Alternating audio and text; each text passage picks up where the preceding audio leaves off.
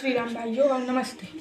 देखिए, मैं आपको ये फ़र्क आज बताने वाला हूँ कि आप जो है कि थोक मार्केट में कैसे सामान लेना चाहिए और फुटकर मार्केट में कैसे सामान लेना चाहिए। तो आप हैं मेरे चैनल पर, यानी एक्सपेरिमेंट मास्टर हैकर के चैनल पर। मैं आपको सारी चीज़ें बताता रहता हूँ, इसीलिए आप देखते रहिएगा। पहले बात करते हैं थोक की।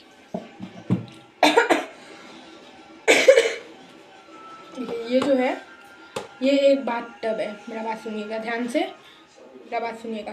ये एक बाथ टब है। इसकी कीमत फुटपाथ पर या तो बड़े बड़े दुकानों पर भी जाएंगे तो इसकी कीमत 300 से 400 रुपये होगी लगभग। मैंने तो 300 का लिया है, लगभग कई जगह पे 400 का भी मिल जाएगा।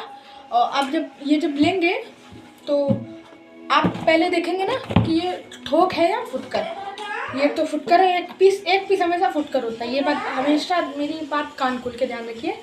एक पीस हमेशा फुटकर होता है तो फुटकर ही होता है। कभी भी आप ये गलती मत करिएगा कि जैसे एक पीस ले रहे हैं, थोक वाले कह जाएंगे ना तो वो क्या कहेगा पता है आपको कि भैया कितना चाहिए। बाथ टब की कीमत वो पहले नहीं बताएंगे, पहले पूछेंगे कितना चाहिए आप कहेंगे एक पीस, तो आपको तुरंत कहेंगे भैया हमारे यहाँ एक पीस नहीं मिलता है, या तो दर्जन यानी कि 12 पीस, या तो सैकड़े यानी कि 100 पीस, या तो बंडल में यानी कि 1000 पीस। समझे? तो उसमें होता है ना कि उन लोगों को अपना मार्केटिंग करना रहता है। इसकी कीमत है 300 रुपये। वही मैं 12 पीस लाऊंगा, एकदम एग्जैक्ट यही माल मजबूत अच्छा खाता है, इसलिए 300 रुपये का। देखिए,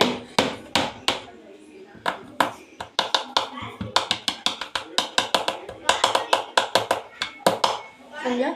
ये होती है थोक फुटकर की चीज़ें। लेकिन जो थोक का चीज़ होता है वो होता है सबसे बेस्ट क्वालिटी का। अब ये फुटकर में मिला है, कैसा होगा ये आपको पता नहीं है, ये आपको पता नहीं ना है।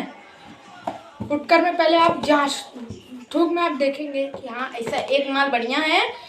क्योंकि देखो भाई, ज़्यादातर लोग थोक में क्यों लेते हैं आपको पता है? दर्जन या तो 100 पीस या तो 500 1000 जितना भी। हाँ, क्यों लेते हैं आपको ये बात मैं आज को बता ही रहा हूँ। देखिए, जो है ना, थोक इसीलिए लोग लेते हैं और इसीलिए इतना जांच पड़ताल करते हैं क्योंकि हम जैसे लोग जो फुटकर लेते हैं, उन लोग जो हम जिनसे मार्केटिंग करते हैं, मतलब मान लीजिए मैं जा रहा हूँ कहीं रास्ते में, वहाँ पर ये बाथ टब मुझे दिखा तो मैं पूछूंगा, उनके पास ऐसे ही 100 बाथ टब होंगे, सैकड़े होंगे, बहुत होंगे, तो मुझे उससे मतलब नहीं, मुझे तो एक लेना है। तो मैं उनसे यही पूछूंगा ना कि भैया जी इसकी कीमत कितनी है। तो वो कहेंगे कि भैया जी देखिए इसकी कीमत इतनी है, मतलब बोलेंगे 300 रुपये है। तो जो बेच रहा है वो 300 का तो नहीं ना रहेगा। असल में इसी को होता है, यही होता है मेथड। वो अपने प्रॉफिट के लिए आपको 300 का 400 का देगा, लेकिन वो रहेगा कितना, 200 रुपये का। ये असल में मैं बात बता रहा हूँ, वो रखा रहेगा 100 पीस क्योंकि उनने लाया वो एकदम अच्छे से क्वालिटी, हर एक का क्वालिटी वो चेक करके लाता है। पता है, ठोक वाले एक का क्वालिटी चेक करके देते हैं सामान, क्योंकि एक भी गड़बड़ निकल गया तो आपका तुरंत 200 का नुकसान। एक भी सही नहीं रहा तो तुरंत 200 का नुकसान ना हो जाता भाई। तो इसीलिए जो फुटपाथ पर ये सब लगाए रहते हैं, ये लोग बहुत ज़्यादा स्ट्रगल कर लाते हैं। अब ये सब चीज़ें यहाँ नहीं बनती है, सब फैक्ट्री में रहता है। ठोक का दुकान पे मिलेगा, ठोक का दुकान दिन में नहीं खुला रहता है।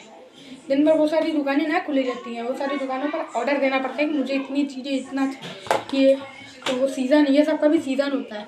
असल में जैसे कि कितना जगह पर मेला लगता है, मेला कितने जगहों में लगता है, तो ये सब चीज़ ना मेला में अच्छा लगता है कि मेला में से लोग ला देते हैं, ये वो बहुत चीज़ें होता है। लेकिन हमेशा आपको यही एक ही चीज़ ध्यान रखना है, थोक और फुटकर में बहुत अंतर होता है। फुटकर में आप लेंगे तो आपको महंगा पड़ेगा, थोक में लेंगे, अगर थोक कौन लेता है पता है?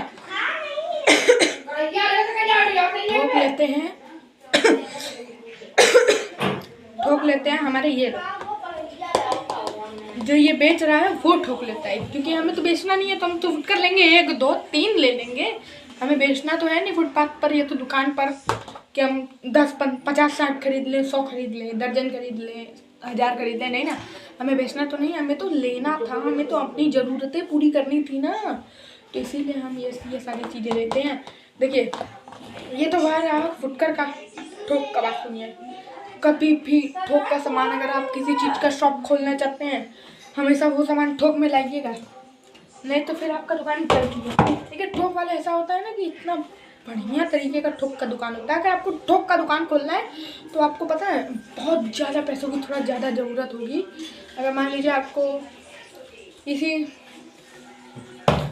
62 का थोक का दुकान खोलना है तो लगभग समझ जाइए थोक का दुकान, फुटकर का नहीं, याद रखिए थोक का दुकान, बाथ का, केवल बाथ का अगर आपको फुटकर का दुकान थोक का दुकान खोलना है ना तो उसके लिए 1 लाख रुपए बहुत ज़्यादा जरूरी है। क्योंकि जब तक एक की कीमत 200 रुपये है तो कम से कम आपको 5000 माल तो रखना ही पड़ेगा ना। 5000 पीस, 5000 पीस ज़्यादा ही हो जाएगा 1 लाख से। तो देखिए एक पीस 200 का, 10 पीस 2000 का, और लेना कितना आपको 5000 पीस। तो हमेशा याद रखिएगा, मैं बात गौर से सुनिएगा एकदम।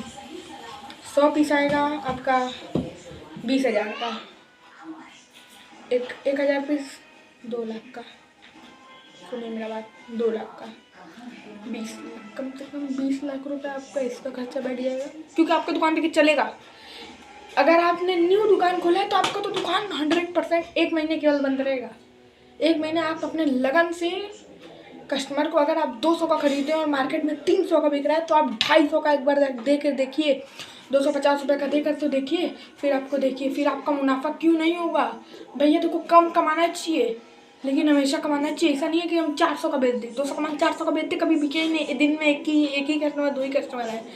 ज़्यादा कमाने पे बहुत ज़्यादा नुकसान हो सकता है, समझा? मेरी बात को समझिए।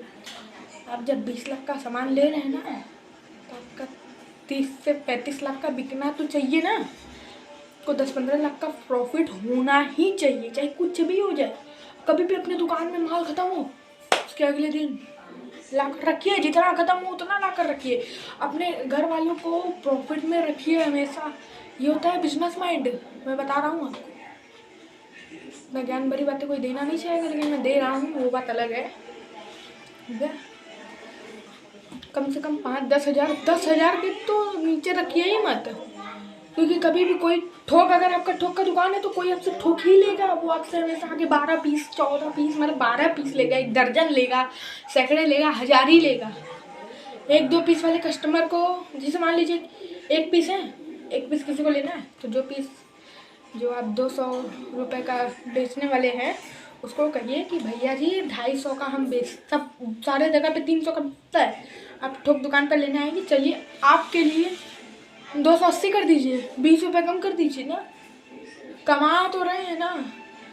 कम हुआ, अगले दिन आप जाइए और दुकान से खरीद कर लाइए। दूसरा फैक्ट्री में से दूसरा 10 पीस लाइए। 1 पीस बिका है ना, उसके बदले 10 पीस आना चाहिए। इसी को बिजनेस माइंड करते हैं गाइस। क्योंकि हमेशा आपका दुकान भरा रहना चाहिए। ये बताइए, आपकी शॉप अगर भरी रहेगी तो कस्टमरों की भीड़ भी बहुत रहेगी। और ये सब चीज़ों का सीज़न नहीं होता है। बाथ टब का सीज़न नहीं होता, टॉयलेट मतलब कम्बोर्ड का सीज़न नहीं होता, नल का सीज़न नहीं होता, नल पाइप नल ये सब का सीज़न नहीं होता। बारिश कब हो जाएगा किसी को नहीं पता, धूप कब निकल जाएगी किसी को नहीं पता, कहीं पानी का सप्लाई करना है ये किसी को भी नहीं पता होता है कि काम को करना है, समझा? तो इसीलिए तिरपाल का दुकान जो ऊपर लगता है शादी ब्याह में, और फूल माला का दुकान, ये सब का सीज़न नहीं आता है गाइस। ये सब ऑल सीज़न चलते हैं, सारे सीज़नों में ये सब बिकने वाली चीज़ें। कभी भी आप बिजनेस माइंड खोलना, अगर आपको बिजनेस माइंड है आपके पास कुछ, तो यही आपको करना पड़ेगा। और कोई दिक्कत वाली बात ही नहीं है, मेरी बात मानिए। ये आप करेंगे तो ये गारंटी है। हाँ, ये बात अलग है कि आप क्या क्या कर लेंगे आगे जाके, लेकिन मेरा बात मानिए, अगर आप ठीक ठाक दुकान तो कहीं भी खोल लीजिए, लेकिन आप ये ध्यान दीजिए कि अपने इलाके में कहीं जहाँ पे ठोक ज़्यादा दुकान हो, अगर वहाँ पे आपको मुश्किल से भी मिल जाए, एकदम डन, एकदम डन, ले लीजिए दुकान तुरंत। किराए पे लीजिए, पहले किराए से स्टार्ट किया जाता है। यह बात मत सोचिए कि मैं तुरंत लेकर हमेशा के लिए बच जाऊँ। किराए पे रखिए, उस दिन किराए पे रहने की कोशिश करिए, फिर उसके अगले दिन जाएंगे आप आगे बढ़ेंगे ज़रूर। ऐसा नहीं है कि आप नहीं बढ़ेंगे। मेरा बात देखिए, हमेशा ध्यान से सुनिएगा। कभी भी किसी को ऐसे नहीं करना चाहिए कि मान लीजिए आपके पास कोई ठोक ग्राहक आया और वो आपसे बोल रहा है, मतलब फुटकर कहा है कि भैया हमको 2 पीस दे दीजिए, और आप एकदम एकदम दुकानदार बने हुए हैं, आप दे ही नहीं रहे उसको, तो क्या समझेगा वो? अगर उसके रिलेशन में, मतलब रिश्तेदारी में या तो जान पहचान में कोई भी रहेगा कि बाट तब उसको चेहरा होगा 10, 15, 20, 25, 60 पीस, 70 पीस, तो वो कभी जीवन में आपकी दुकान पर नहीं भेजने वाला गाइस। ये बात ध्यान पे रखिएगा। सारी चीज़ों का ठीक ठाक से ढंग होता है, जो कि आपको बनना चाहिए। ओके, जय श्री राम। मेरे चैनल को सब्सक्राइब कर दीजिएगा और वीडियो को लाइक कर दीजिए। जय श्री राम। आपका हमेशा स्वागत रहेगा। अस्सलाम वालेकुम, जय श्री राम, सत श्री अकाल। मैं धर्म से नफरत नहीं करता। जय जय।